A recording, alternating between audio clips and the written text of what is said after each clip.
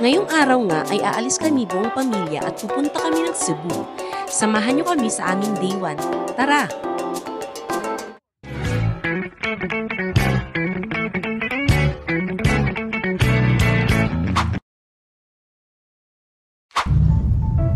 Sobrang aga nga kami pumunta ng airport para maiwasan ang traffic. At dito na kami nag-breakfast. Punta kami guys ng Cebu. Gagala na naman si Lori. Ayan, outfit check, outfit check. 2 hours early nga kami dito dahil alanganin ang oras ng flight. At pwede kaming maabutan ng rush hour. Eating. Ayun, may banana yan. Huling-huli oh. Huling-huli, may chocolate. Nakaw nila ng mama niya. Pagkatapos ng mahabang hintayan, ay transfer na kami ng bus papunta sa eroplano na sasakyan namin. Sumakay na uli siya sa plane. Vlog ka, vlog. Mag-vlog ka. Babe lang ah. Pababa na tayo, pababa na.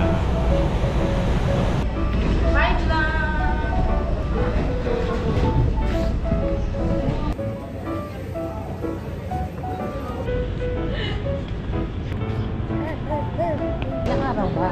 Isang linggo ba? Parang kala mo sa linggo eh, no?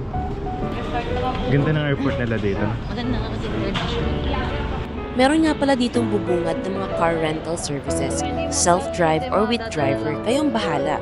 Pero dahil family kami, perfect para sa amin ang isang van with driver para di na-hassle kung saan man kami pupunta.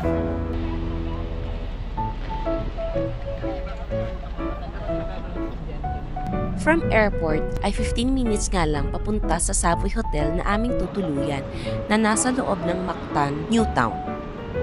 Savoy. Iniwan na nga lang namin ang mga bag namin at pinuntahan na namin agad ang aming unang destinasyon. Ang kumain sa House of Lechon.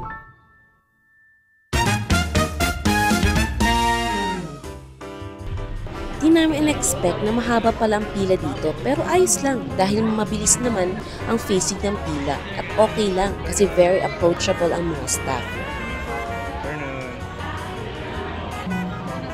Nag-order kami dito ng pinakbet, sinigang na Spanish mackerel, baked scallop with cheese, adobong pusit, kinilaw na isda, 2 kilo ng lechon, at ang good for 3 na special halo-halo.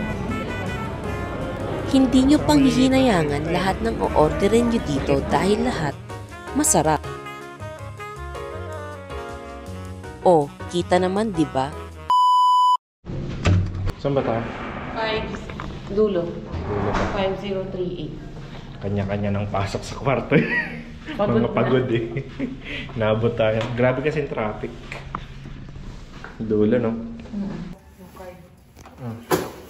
Hindi na din kami masyado nakapasyal dahil sa sobrang traffic. Kaya nag-decide kami na magpahinga na lang. At kinagabihan, naghanap kami ng makakainan sa malapit na kainan sa labas ng hotel.